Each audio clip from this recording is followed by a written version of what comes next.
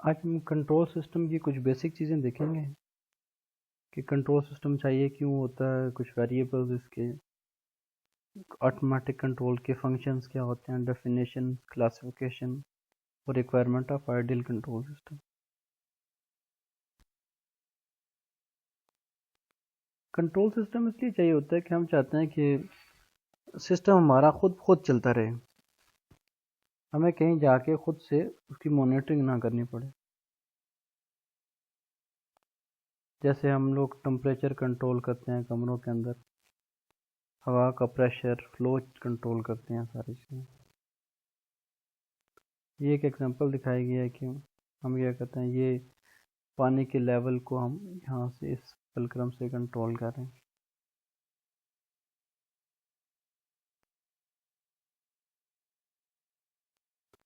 Control variables क्या होते हैं?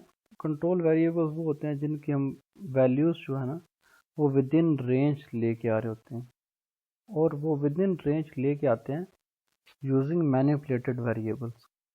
मतलब जैसे पिछले केस में हम इस पानी का लेवल जो है ये कंट्रोल वेरिएबल है,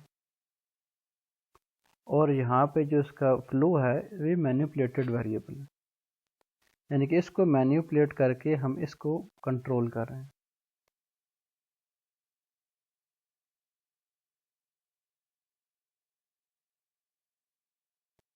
फंक्शंस ऑफ कंट्रोल सिस्टम, सबसे पहली चीज़ हमारी मेजरमेंट होनी चाहिए। हमें कंपैरिजन करना चाहिए कि करंट क्या सिचुएशन है, उसके लिहाज से कंप्यूटेशन करनी चाहिए और करेक्शन करनी चाहिए। जैसे हम फर्ज करें कमरे का टेम्परेचर चेक करना, एक सेट करना है, तो सबसे पहले हम क्या करेंगे, टेम्परेचर मेजर करेंगे, टेम्परेचर सेंसर से मेजर करेंगे, कंपेयर करेंगे। अच्छा जी, टेम्परेचर हमें 20 चाहिए, अभी 18 है। 20 और 18 का डिफरेंस निकाल दिया, 2 का डिफरेंस है कंप्यूटेशन के साथ। फिर करेक्शन के लिए हमने क्या किया, उसके साथ 18 से 20 करना है या 18 से 20 करना है तो फिर हम हीटर चलाएंगे, अगर 20 से 18 करना है तो फिर हम एसी चलाएंगे। सिस्टम क्या चीज़ है? सिस्टम होता है सारे कलेक्शन ऑफ ऑब्जेक्ट्स को कहते हैं। जैसे हमारी क्लासरूम, इसके अंदर ये पूरा सिस्टम है जो हम एक स्पेसिफिक फंक्शन को परफॉर्म करने के लिए चीज़ें इस्तेमाल करते हैं। प्लांट क्या होती है? प्लांट वो चीज़ होती है जिससे हम सिस्टम को कंट्रोल या रेगुलेट कर रहे होते हैं। ठीक है, जैसे पावर प्लांट से हम बिजली कंट्रोल कर रहे होते हैं, तो वो कंट्रोलर जिससे हम रेगुलेशन कर रहे होते हैं उसको हम कंट्रोल प्लांट कहते हैं। वो पूरा सिस्टम जिससे हम कंट्रोल या रेगुलेट कर रहे होते हैं। उस प्लांट के अंदर एक प्रोसेस वो होता है जिससे जिससे हम ऑपरेशन को कंट्रोल कर रहे होते हैं। देखिए, प्रोसेस के अंदर इनपुट आती है, डिस्टरबेंस आती है, रिस्पांस आता है, तीनों चीज़ आती हैं। इससे हम सारा ऑपरेशन कंट्रोल कर रहे होते हैं। कंट्रोलर, अब देखिए, प्रोसेस अपने सिस्टम से एक फीडबैक लेके वापस देता है, वापस एक एरर सिग्नल जनरेट होता है, वो एरर सिग्नल कंट्रोलर को देता है। जैसे हमने पिछले केस में एसी या हीटर को ऑन किया, तो एसी या हीटर इस कंट्रोलर ने को ऑन करवाया सारे को।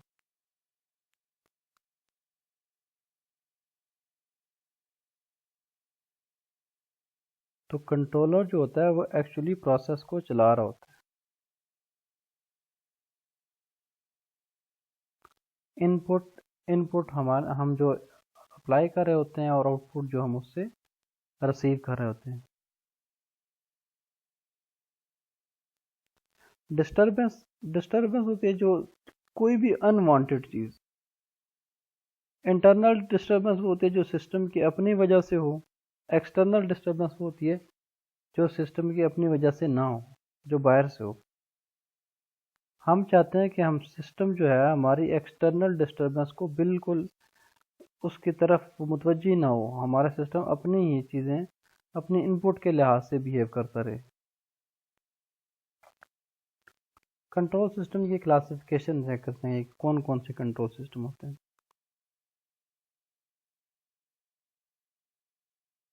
नेचुरल कंट्रोल सिस्टम जैसे यूनिवर्स है, नेचुरली कंट्रोल्ड है ना।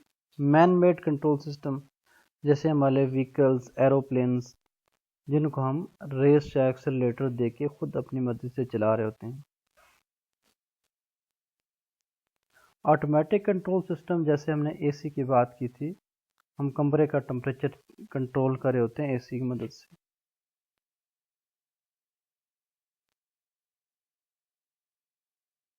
ओपन लूप कंट्रोल वो होता है जिसमें जो इनपुट है वो सीधी सीधी सारा सिस्टम जो है कुछ भी फीडबैक नहीं हो रहा होता। जैसे हमारा टोस्टर है, हम क्या करते हैं एक स्पेसिफिक टाइम के लिए चला देते हैं। इसी तरह ट्रैफिक लाइट जो लगी होती है स्ट्रीट उसके ऊपर सिग्नल्स के ऊपर, वो भी एक स्पेसिफिक डिले के बाद ऑन कर दी जाती हैं। उनमें कोई फीडबैक नहीं सिस्टम चल रहा होता है कि गाड़ियां भी आ रही हैं या नहीं आ रही। उन्होंने उस लाइट ने एक स्पेसिफिक टाइम के बाद ऑन होना होता है। तो क्लोज लूप फीडबैक सिस्टम वो होता है जिसमें कुछ ना कुछ फीडबैक होके आ रही हो। ये एक ना इंसानी दिमाग की एक मिसाल बताई गई है कि देखिए जब हम किताब पढ़ रहे होते हैं तो हमारी आंखें दिमाग एक जगह पे पोजीशन पे देख रहे होते हैं।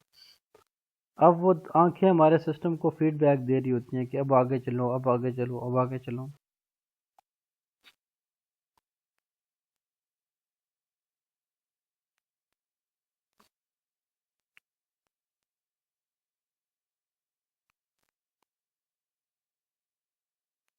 अब ये एक मैनुअल कंट्रोल है जिसमें हम गाड़ी का मैकेनिज्म गाड़ी को देख रहे हैं, गाड़ी की स्पीड को सेंस करके उसको कंट्रोल कर रहे हैं।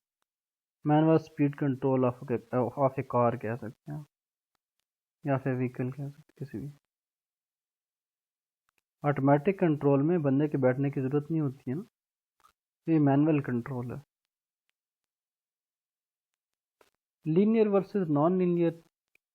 लीनियर वो है कि जैसे जैसे हम इनपुट चेंज कर रहे हैं डायरेक्टली वैसे वैसे आउटपुट चेंज हो रही।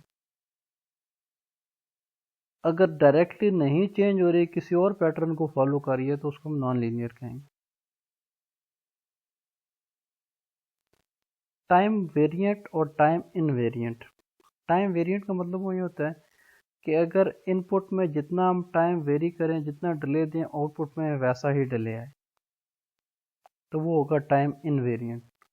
टाइम वेरिएंट जो होता है कि जैसे इनपुट में डिले करें वैसा आउटपुट में डिले ना आए, उससे चेंज आए कुछ।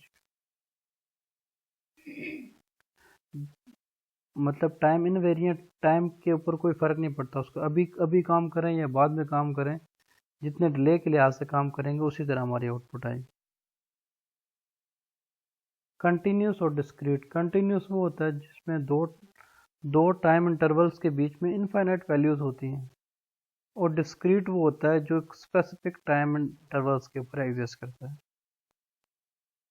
Deterministic and stochastic. डिटर्मिनिस्टिक उसको कहते हैं जिसको हम प्रेडिक्ट कर सकें, और जिसको प्रेडिक्ट ना कर सकें वो स्टोकेस्टिक प्रोसेस होता है।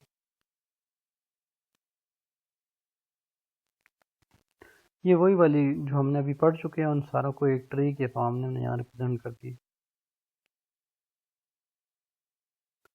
Requirement of a control system. एक आइडियल कंट्रोल सिस्टम की रिक्वायरमेंट ये है कि वो एक्यूरेट होना चाहिए,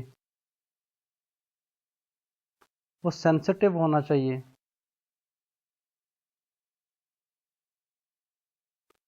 एक्सटर्नल डिस्टर्बेंस या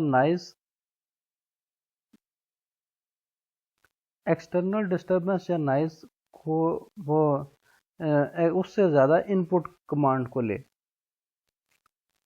ठीक है, एक सिस्टम स्टेबल होना चाहिए।